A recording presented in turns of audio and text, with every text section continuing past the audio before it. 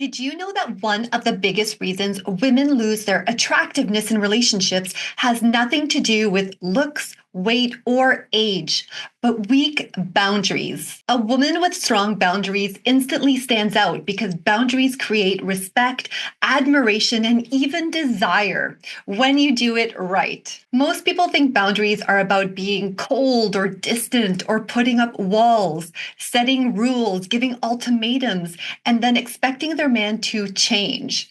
But the truth is, boundaries are not about pushing him away or controlling him in any way. They're about inviting the right behavior in. I have a natural knack for this. Years ago, before boundaries were even a buzzword, a coworker once told me, "You have really strong boundaries." And honestly, in the moment, I had no idea what she meant by that. I didn't know if that was an insult or a compliment.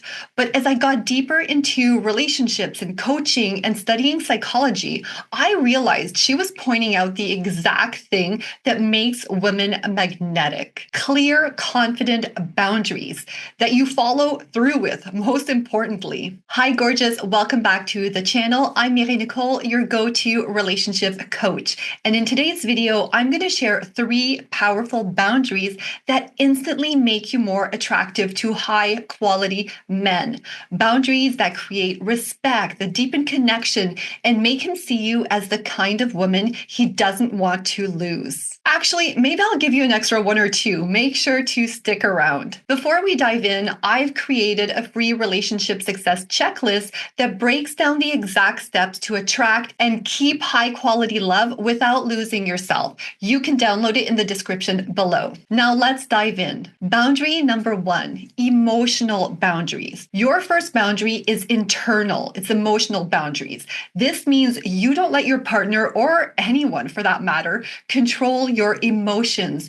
You take responsibility for how you feel. Internal boundaries, and specifically this one related to emotions, is probably the most overlooked boundary of them all. Most women forget or don't even know that they get to decide how they feel. Emotions stem from your thoughts that are in reaction to something that happened in your environment, and you get to decide what to do with this information. You get to write the story in your mind. Instead of blaming, exploding, or expecting him to fix your moods, you self-regulate. And by the way, self-regulation doesn't mean that you ignore your emotions or use fake positivity. That's a whole other video. But for now, let's say your partner cancels plans that you guys have at the last minute. A weak boundary would be looking like this: sulking, making it mean something about you, or snapping. For example, saying something like, "You're always too busy for me. I guess your job is more important than our relationship or our family." A strong boundary, on the other hand, is identifying the emotion that comes up for you, feeling it completely, and allowing it to pass through you, and correcting the false narrative in your head. And saying, for example, "I was looking forward to tonight, and I feel disappointed. It's so fun spending time with you, and the kids love it too." That calm confidence is incredibly attractive because men know they can't manipulate or control you. You become stable, grounded, and desirable. That's how they realize what they could miss out on if they don't step up. Boundary number 2, no tolerance for bad behavior. Your second boundary is refusing to accept bad behavior. And this doesn't mean yelling or nagging or giving ultimatums. It means calmly and firmly holding someone accountable.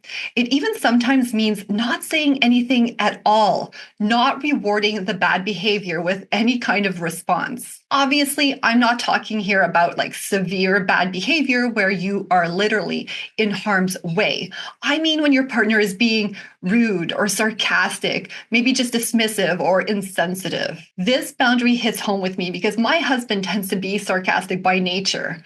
Oftentimes it's funny and it's meant to be that way, but sometimes it comes off as a jab. And it probably is. There was a time a few years back where there was like this particular week where my husband was just like overdoing it with the sarcasm towards me.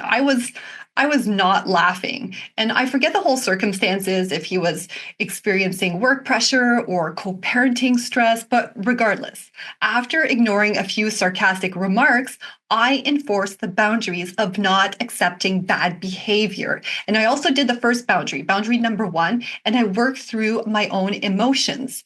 Then, instead of laughing it off or pretending it didn't hurt, I paused, I collected myself, and I said something to the effect of, I've noticed that you've been sarcastic towards me lately. Is everything okay? He was so caught off guard, but not in a defensive way, right? That only happens when you have weak boundaries and you say something like, why are you always so sarcastic with me? That's going to get him defensive and you're not going to get the response that you want. In this case, he immediately apologized and reassured me that it wasn't his intention. There was just a lot going on for him. And here's the secret. Don't accept a fake apology like, sorry you feel that way. A sincere apology sounds like, I was wrong. I understand how that affected you. Or I'm sorry, I didn't realize I was coming across that way. When you know how to get that level of accountability, men respect you more. And the wrong men, they walk away, and that's a blessing. Boundary number 3. High standards communicated well. So your third boundary is having sky high standards. And this one is fun. Attractive women know what they deserve and what they desire in life. But here's the twist. It's not about being demanding or expecting. It's about inspiring. Most women get this part wrong, and that's where they get stuck. They fall into the weak boundary zone, and in maybe a nagging voice, unintentionally or intentionally, they'll say something like, you never plan anything fun. Do you even care about me anymore? That is not attractive. It's emotionally reactive and accusatory, even if it's true. You're not wrong. But if your standard is honesty, kindness, or effort in a relationship, communicate it in a way that motivates him to rise to that level. You have to be the example. So, for example, say something like, I love it when you plan dates. It makes me feel so cherished. I can't wait for the next one. Now, which one do you think makes him want to step up more? Exactly. Notice that's not nagging, it's appreciation plus encouragement. Men want to win with you, but they need clear signals. Now, I could stop at 3 boundaries, but super quickly, let me give you a couple of bonus ones. So, boundary number 4, time boundaries. You don't drop your entire life to be available for him. When you value your own time, he values it too.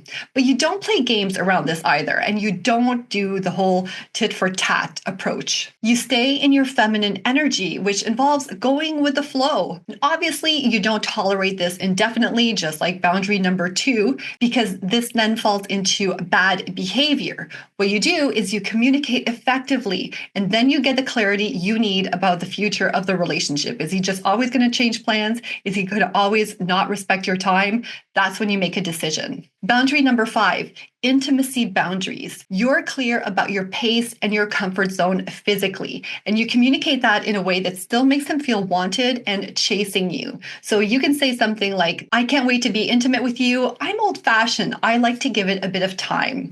Or if you guys have been together for a while and you literally have a headache, then you say something like, it's been a while. I really want to, but I'm just not feeling up to it tonight. Maybe another night, or maybe tomorrow, or something like that, right? Obviously, use words that you would use in the relationship, but the goal is you don't want to make it seem like you're just denying him indefinitely, or that there's something wrong, or make it feel like a punishment towards him. Always show that you are still interested and you want to be intimate, but maybe now isn't a good time. Could be a headache, could be because you're upset about something and you guys haven't had the chance to resolve it. But either way, make him still feel wanted. That builds respect and it also deepens attraction. So remember, when you set emotional boundaries, no tolerance for bad behavior and sky high standards, and if you add time and intimacy boundaries on top of that, you become irresistible. Don't forget to grab your free relationship success checklist in the description. It's going to help remind you of this and ensure you put it into practice. Now, I want to hear from you. Which of these boundaries do you find the hardest to set? Is it the emotional boundaries, the behavior boundaries, or the standards? Let me know in the comments. And if you're ready for the next step, Watch my other video, How to Set Boundaries Without Feeling Guilty, because let's be real, women often feel guilty about setting boundaries. But now that you know boundaries actually make you more attractive, you'll want to learn how to set them without pushing him away so that you can experience the kind of love you truly deserve.